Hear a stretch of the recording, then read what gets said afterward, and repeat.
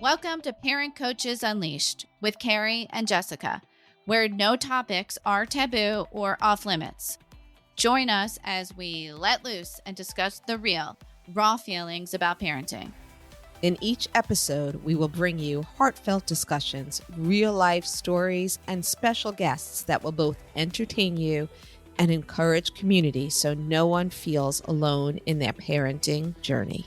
Thanks so much for listening. Now let's start the show.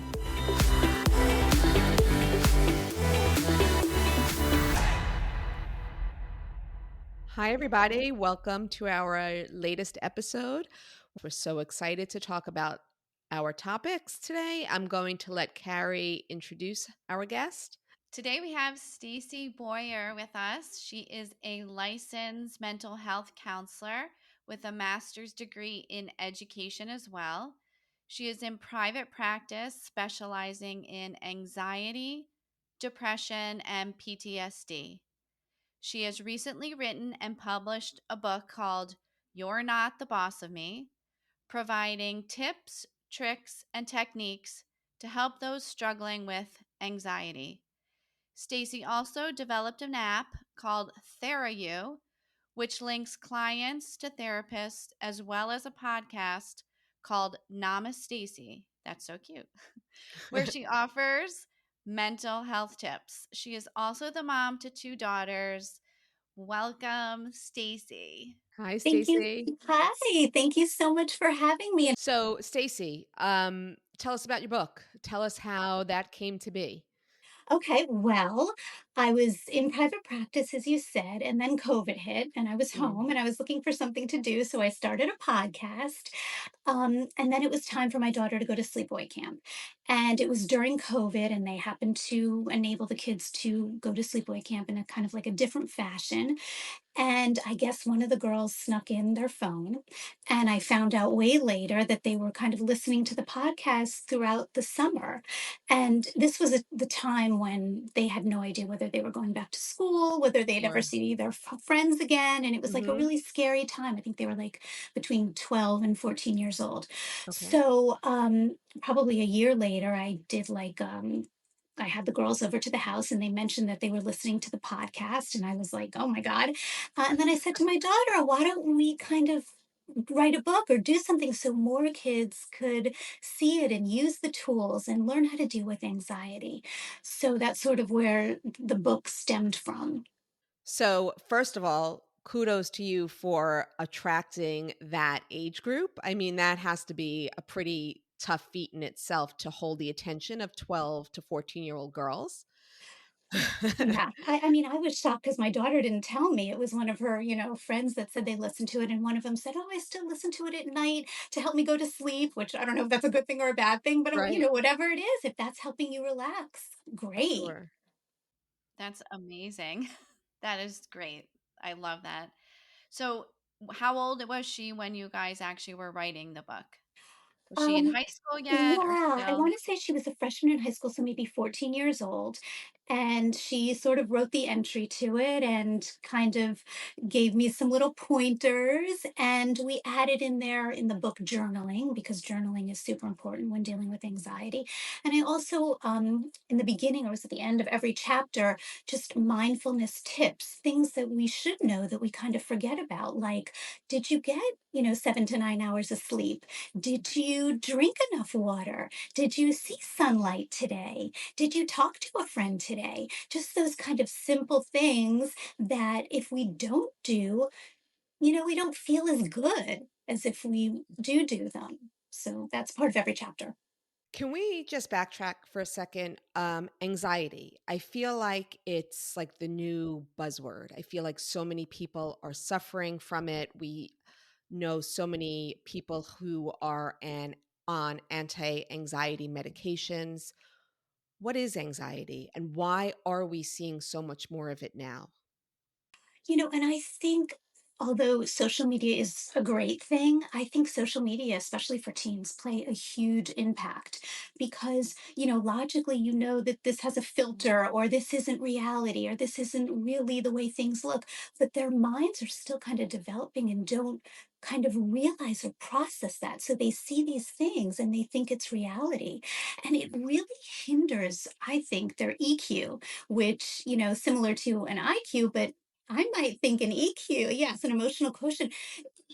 Yeah, your emotional quotient in a lot of cases might be more important than your IQ. Knowing how to deal properly, have the proper social skills, be able to be motivated, be able to deal with your emotions, be able to have empathy.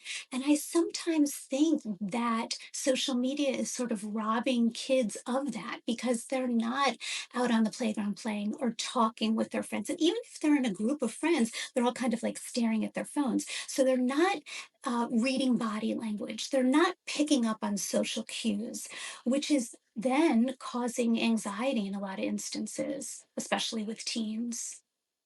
And in your private practice, do you see teens and young adults, or is it a wide range of age groups that is your, target audience of who you see in your practice? Yeah, I have seen teams, although my specialty is mainly adults, individuals, adults dealing with anxiety, PTSD, depression. I do work with some teens, but I'm doing exclusively telehealth now, and I do sort of feel in office with teens and young adults and younger children is probably best in a lot of cases. So for right now, mainly adults. Can you talk about for our parents how to know? You mentioned depression too. Can you first, two-part question. What is the difference between anxiety and depression? And then what are some signs that our parents should look for with their kids to identify if their child is suffering from anxiety or depression? Yeah. So with depression is really sadness, hopelessness, um, unmotivated, sleeping too much, sometimes sleeping less, changing activities, not loving activities that you used to love, not wanting to be with friends that you always wanted to be with, lacking any kind of motivation, sadness, tiredness, fatigue. Whereas anxiety, and lots of times they do go hand in hand, anxiety is restlessness, irritability, sleep disturbances, racing heart, sweaty palms, sweaty feeling, changes in eating patterns. But like I said, lots of times anxiety and depression kind of go together. Not in all cases, but a lot. Okay, and what can our parents do, like if they notice the signs or they hear the words that their children are saying, that some red flags are going off, some alarm bells? What type of communication or what suggestions do you have? Like, how can they start up that conversation about really diving into how the kids are feeling?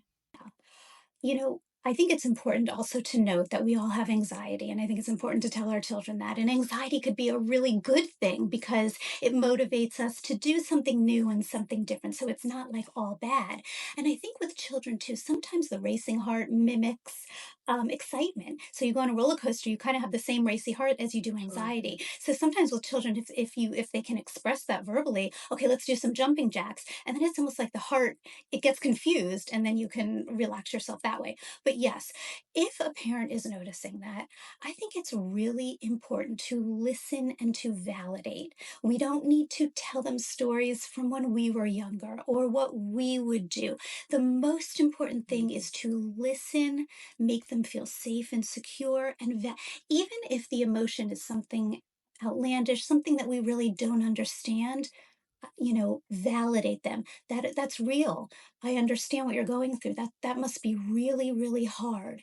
And just listen. Because in a lot of instances, they don't have an outlet and don't have someone just listen to them, and they don't want advice or what you would do. They just want to be heard. So I think that's sort of a number one thing to do. Sure. There's some other things, such as talking about grounding techniques and talking about breathing techniques and things that everyone should do. And really, honestly, with my goal with the book was I wished that every teacher, like starting in kindergarten, would teach their students how to breathe. Like, we come in the morning, let's practice some fun deep breathing, let's practice some grounding, and ultimately they'd be better able to learn less discipline problems, all those things. But of course, I guess teachers don't really have time for that. It's not in the schedule, but ideally, that would really be great for students. What an amazing idea and thought. Would you mind taking us through a breathing grounding exercise right now, just so our parents can hear a possibility for their kids? Absolutely. And I think with deep breathing, we've all heard, oh, take a deep breath, which can be sort of condescending and like Right. not appropriate. And I think when we say that, we take a breath and we breathe into our chest, which is really the wrong way. Ideally, to massage the vagus nerve, let's say, for the science behind it, where it really does slow your heart, you breathe in as slow through your nose, you get it into your stomach. You hold the breath in your stomach, you puff your stomach out, nobody cares, nobody's looking, you hold it there, and then you breathe as slow as you can through pursed lips out. And then once you do that and we feel comfortable with that, it's breathing through your nose, getting it in your stomach, holding it in your stomach, and then maybe saying a mantra or something that makes you feel good, like, I'm safe. I can do this. I've been here before. I've gotten through this, whatever makes you feel good. And then again, breathing slowly through your mouth. And the key with any kind of grounding or anxiety breathing thing is to do it in a calm state. So when you're not in a calm state, it's sort of easier to draw upon. But as far as the grounding is getting yourself in the moment. And that's really where happiness and peace kind of lies. Not to say you can't sometimes think of the future. Yes, we all have to think of the future a little bit. But in actuality, to be in the moment is where we are most calm. So when we think of the future, that's where anxiety comes into play. And when we think of the past and perseverate on the past, that's sometimes where depression lies. So Hmm. ideally, we want to ground ourselves in the present. And by doing that, a thing that we could practice is saying five things we see right in front of us wherever we are, and do it with your children and saying it out loud. I see the computer, I see, whatever it is. And then say, what are four things we hear right now? We hear the dog barking, we hear the whatever it is. What are three things we can smell? And state that. What are two things we can touch? What's one thing you can taste or want to taste? So it's using your five senses to pull yourself back into the moment and then noticing, if you feel calmer. So it's just one. I mean, there's a Sure, bunch of there's I'm different sure. things. Yeah. Do Uh, you rec can parents does this work for children of all ages and adults as well, like, across the board? yes, absolutely. The breathing for sure. Absolutely. And I like to, for some people that have situational anxiety, using something tactile. So I had a client that was nervous about going to the dentist.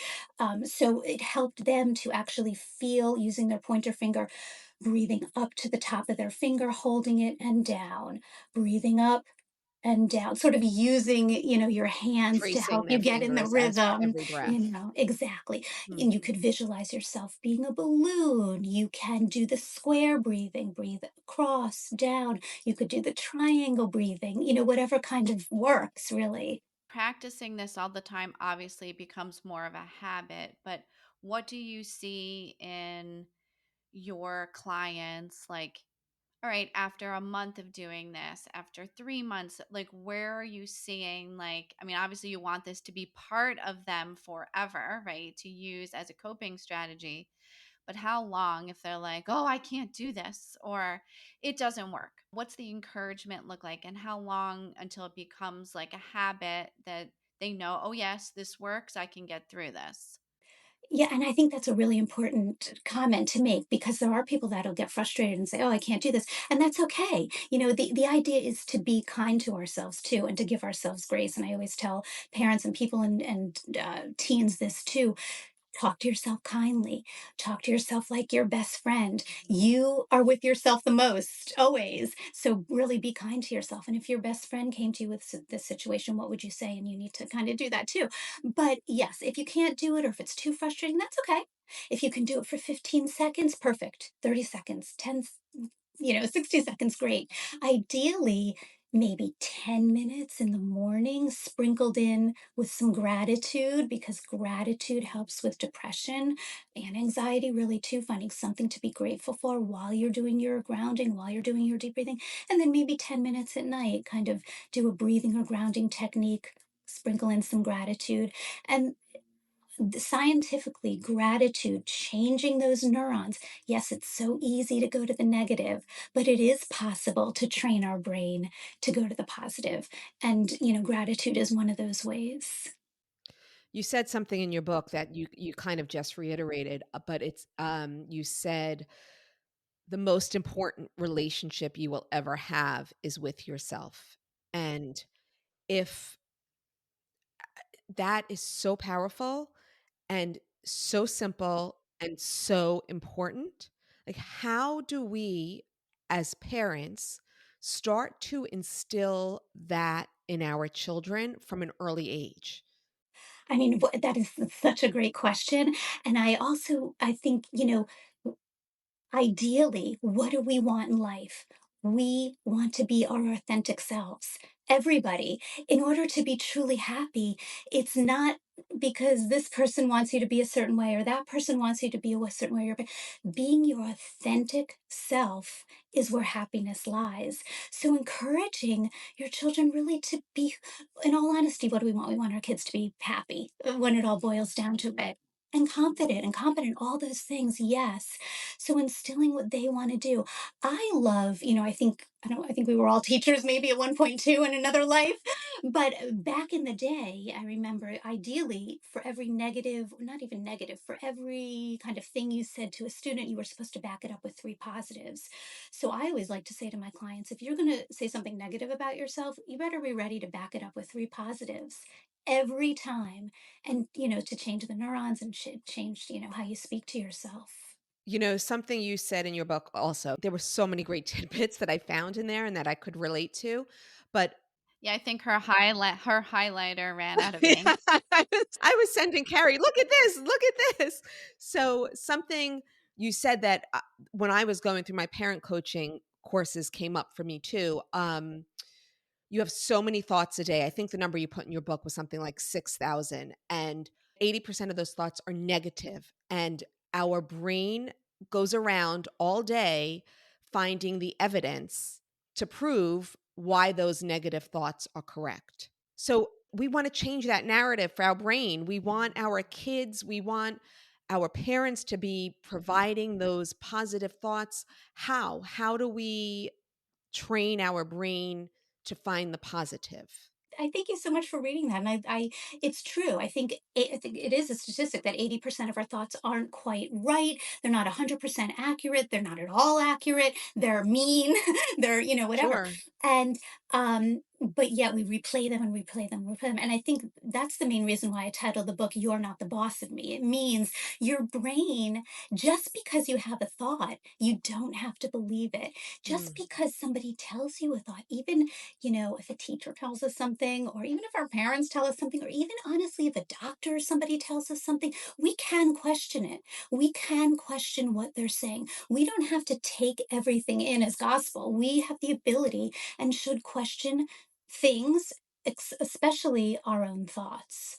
And it's just so important to and it's not rose colored glasses or pie in the sky. It's really just converting everything to positive for the greater good, for us to feel good about ourselves. And this is part of the whole, right, modeling part of parenting is like they're watching, right? They are watching Always. all the time.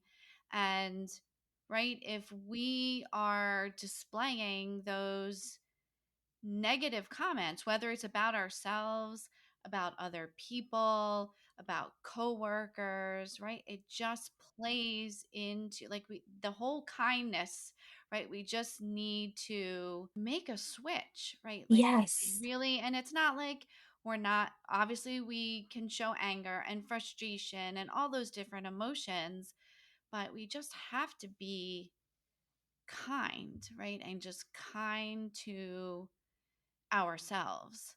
And, I don't know.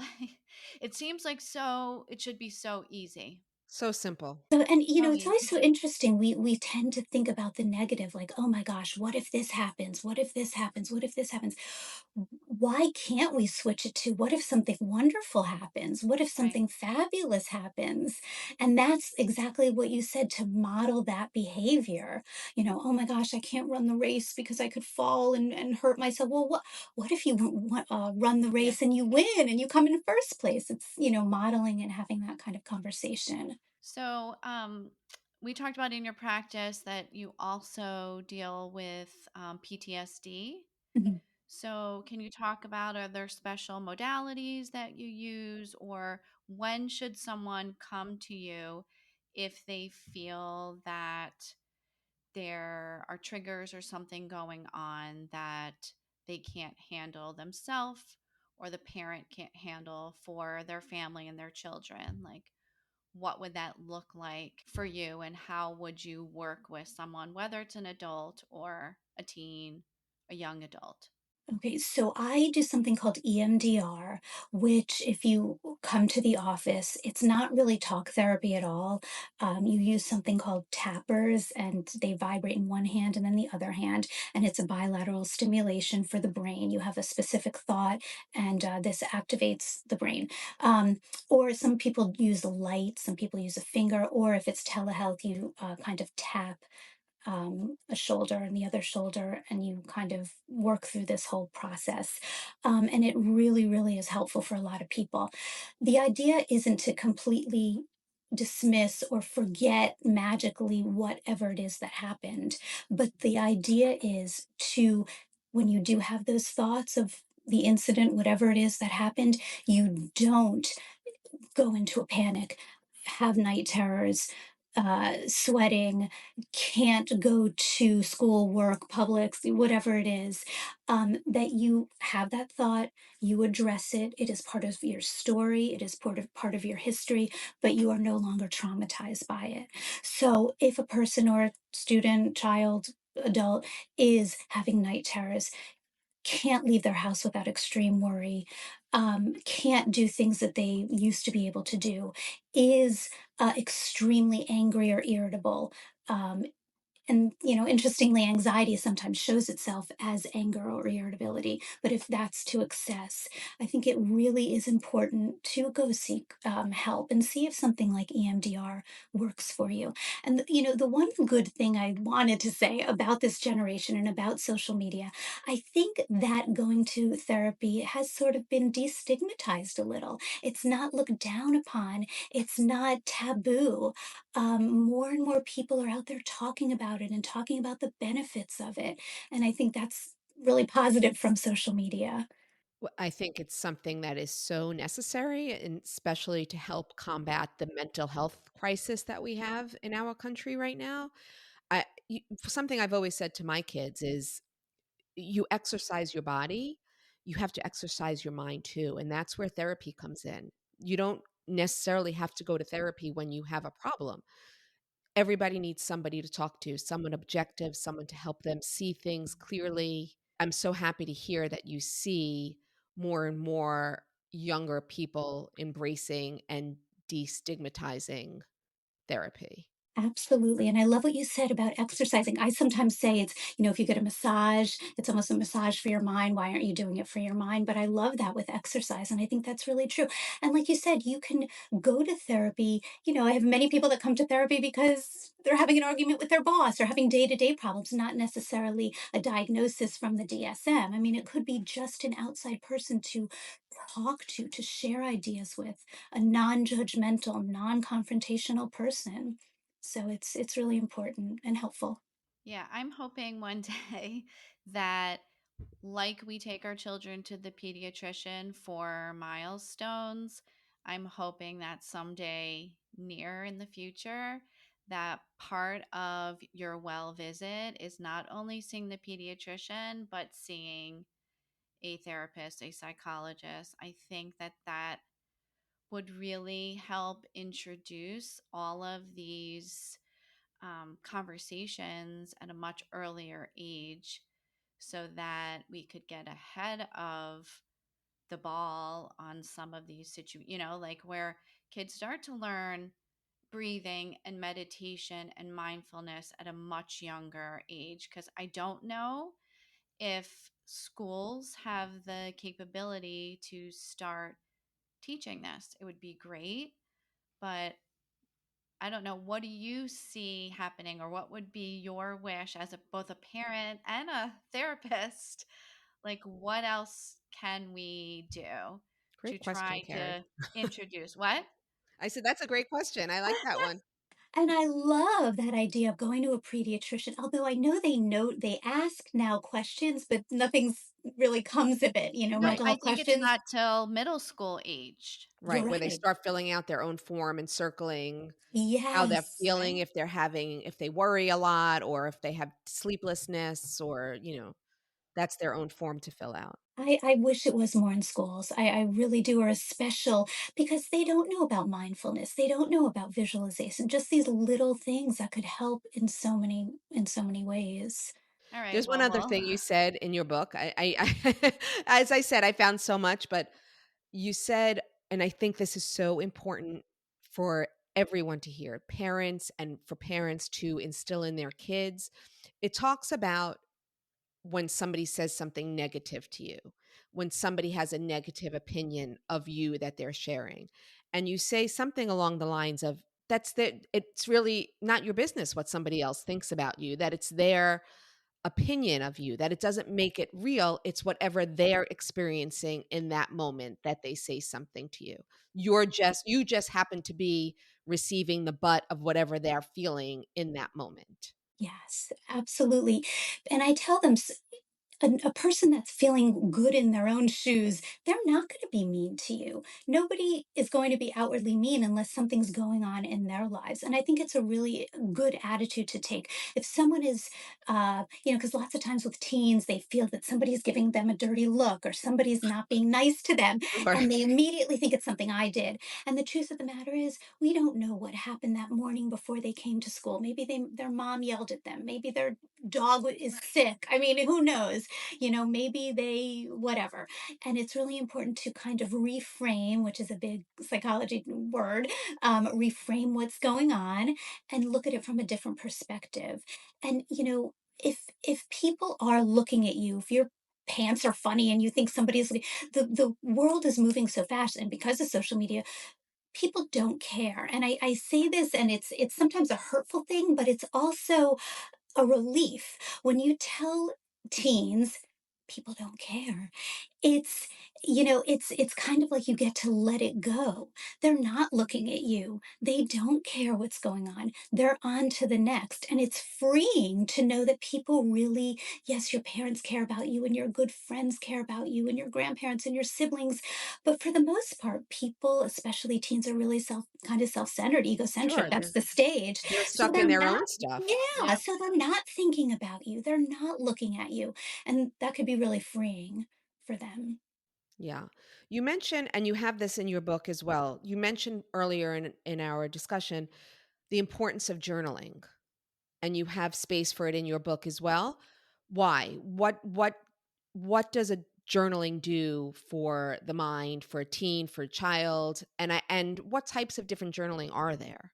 That's a great question too. And I think journaling is so important. I wish that that was also implemented in schools too. And I think some teachers do sit down and journal, but it's so important to get thoughts out. When we keep things bottled up, if you don't have someone to talk to, they can come out in other ways, and anger, irritability. So putting things on paper, writing things down can be so helpful. And what I tell them, it doesn't have to be grammatically correct. It doesn't have to look any which way. It's only for you. Write it however you want.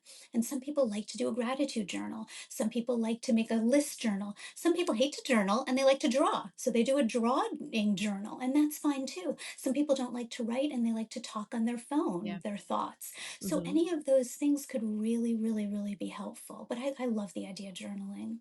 Yeah. I think it's just like getting right. You have so many thoughts in your head, And especially if you're like laying down to go to sleep at night, Oof, right? Like, that's the worst Yeah. just time get of them day. out in whatever way works for you. Talking them, writing, right? Like they have to go somewhere, because if not, they just continue to swirl. Yeah. And that is Yeah. not And I helpful cons for anybody. no, and it might be even like a good experiment for someone. If you're feeling your mind swirling at night, the next day write it down in a journal, and that's sort of it's the sleep hygiene, which I hate that term because it's nothing about being clean, but sleep hygiene is so important for our teens and for us and for people experiencing anxiety or having difficulty sleeping, is having that routine at bedtime, whatever it is, dimming the lights, making it cooler, every night doing the same exact thing, and journaling might be part of that routine to kind of help settle down and sleep, because sleep is huge when it comes to anxiety. Of course, when we're not sleeping, anxiety is so much worse. You know, I was just having this discussion with one of my kids the other day, and it brought me back to a memory that I had when I was a kid. I I always had trouble falling asleep. It would take me hours to go to sleep at night. And one of the things that I did, which sounds so morbid to me now, and I think you called it I'm going to mess up how to say it. Cata catas Oh, catastrophizing. Catastrophizing. Catastrophizing, Right. thank you. Yes. Catastrophizing thoughts. I would picture funerals for, like, my closest family members, and I don't know why that was there, I don't know how, but when I was talking to my child, they mentioned that they had some thoughts like that too at night. Interesting. So, do you think that that's something that journaling could help with, or having a sleep routine, or what do you say to those morbid Absolutely. thoughts? Yeah, absolutely. And I always tell people, if a thought isn't, and of course, all these things are easier said than done and need to be Sure. practiced, but if a thought isn't serving you, if a thought isn't making you happy, feel good, propelling you to do something positive, why are we having those thoughts? And I think a lot of times, it has to do with worry. If we worry, worry, worry, we think we're going to worry away a problem or Mm, worry away something horrible happening, when the truth of the matter is we're really wasting our energy where we could be putting that energy somewhere positive. So, it's so important, again, backing it up with three positive, kind of sure. changing our thought patterns, all those things. Even like a muscle relaxation activity might be good at bedtime, squeezing your feet for 5 seconds and letting go, squeezing your calves for 5 seconds, letting go, working your way up your entire body is sort of another grounding technique that might be good for relaxation at night. Yeah, I used to worry, and I knew I was worrying, but I felt that if I thought about every possible thing that could happen, like if it was, one situation, and I went through all of the possible scenarios and answers, that somehow, if it should happen, I would know what to do. And Wow, that is so that common. Mhm. was, I had to work really hard to practice and then prove to, like, what I ended up doing was, obviously I'm very much into yoga and meditation, and so that has helped, and my husband has helped because he himself is into meditation as well, and is like, that we have no idea if that's going to happen. Like, that is just, why be here and now? Why are you worried about something that may or may not happen? I'm like, well, it was just part of like being controlling. I want to be in control. I want to know if that happens, but over time in practicing. And so what I just tell myself now is, whatever happens, I will be able to handle it. Right? Absolutely, Like, that is and that's what exactly I what I say. yeah. And, now I didn't just think about this on my own. I've been to several years of therapy myself, and I follow guided meditations, but that has really, really helped. I have proved to myself that in situations that are out of my control or a crisis, like, I do handle them. So And that's what I I think, just say. yeah, the truth is there's so many variables that we could never know every variable that would happen. And I think that has a lot to do, as you know, through the years, with self-confidence and knowing within yourself You've gotten here 100% of the time. Whatever's thrown your way, you're going to figure it out. It might not even be anything you've dreamed up before, but whatever's thrown at you, you are going to figure it out. And you have 100% of the time up until now, and you will in the future. So I'm so glad you said that, because that's like a huge, therapy thing. Oh, yeah. Um, you're mentioning meditation and grounding. How soon can parents start introducing these techniques to their kids?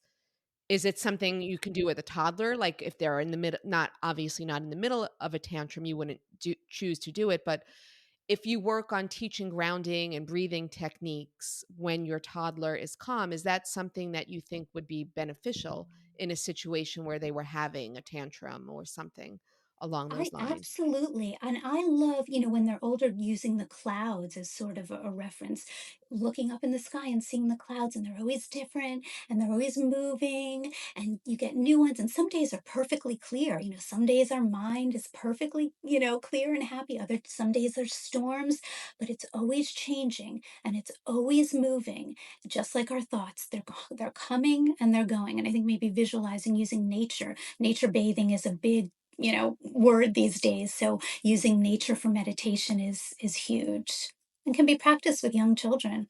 I like that. That sounds like a great technique to try. Yeah, it's good to go outside and put your feet in the grass, stand there, like, and look up, like, when we've dealt with in our family with anxiety, I've said, okay, go outside, look up, breathe, like, feel being out there in nature, change up your situation. But yeah, grounding has really worked for us. Now, you can't always do it every day or every time, in the situation you're in where you might feel you're starting to feel stressed or be anxious, and you can't just rush outside to do it. But I like the visualization too, like you said, Stacie, of clouds, the storm, right? It's going to pass. Another one that I really love for teens or younger people or even adults is the safe space, and that's something you could really do anywhere. Of course, not everyone is comfortable right away with visualization. It has to be practiced, but talking to our kids about where is a place, maybe a picture you saw, maybe a place you actually went to, maybe it's the beach, maybe it's the mountains, a place where you felt safe and comfortable and calm and happy or whatever it is. Now let's use our five senses. What did you see? And the great thing about that is you could make it as vibrant or as wonderful as you want. What did you smell? Oh, I smelled coconut sunscreen and, whatever. And so then you can draw upon it when you're feeling stressed wherever you are. And you don't necessarily have to go outside. You could, it's in your mind's eye. But of course, it needs practice. So Yeah, I love that. I think that would be something if I had littles that I would, do that with them, right? Let's sit Become and part of your think daily about, routine. yeah, yeah, I love maybe even that. before homework. I just remember when they were little and coming home and Ugh. doing homework and it's stressful and you're stressed. Okay, let's take a deep breath. Let's do a grounding technique. It's also Now a we're great ready. time because they need to decompress from I feel like in school is where they hold it all in and they have the best version of themselves they have to put forward, and they're coming home from school and letting all of this energy out, and it needs a place to go. I think that would be a great tip for parents before homework time, starting to meditate, get grounded. I love that. Absolutely. All right, so we could go on forever. I just there's I feel like so we're much to having talk our own about. private therapy session, which I love. I don't know if our viewers can see it. I'm just going to put it out there. This is Stacie's book. We will definitely have a link to it. Stacie, is there anything if parents are looking to get in touch with you, is there a way that they can contact you? Well, you could reach me at NAMASTACIE.net, or Stacie Boyer at Gmail. But thank you so much, guys, for this conversation. It was great. I really appreciate it. I loved it. And so important too. We really need to start talking more openly about anxiety, depression, and just overall mental wellness for our children and for us too. Yeah. Yeah. Yeah. All All right, right. thank you, Stacie. All right. Thank you. Take care. Bye-bye. Bye Bye. bye.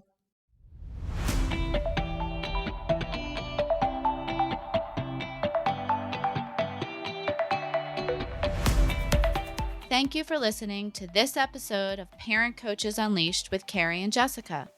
Together, we can raise the next generation of independent, capable, and compassionate young adults.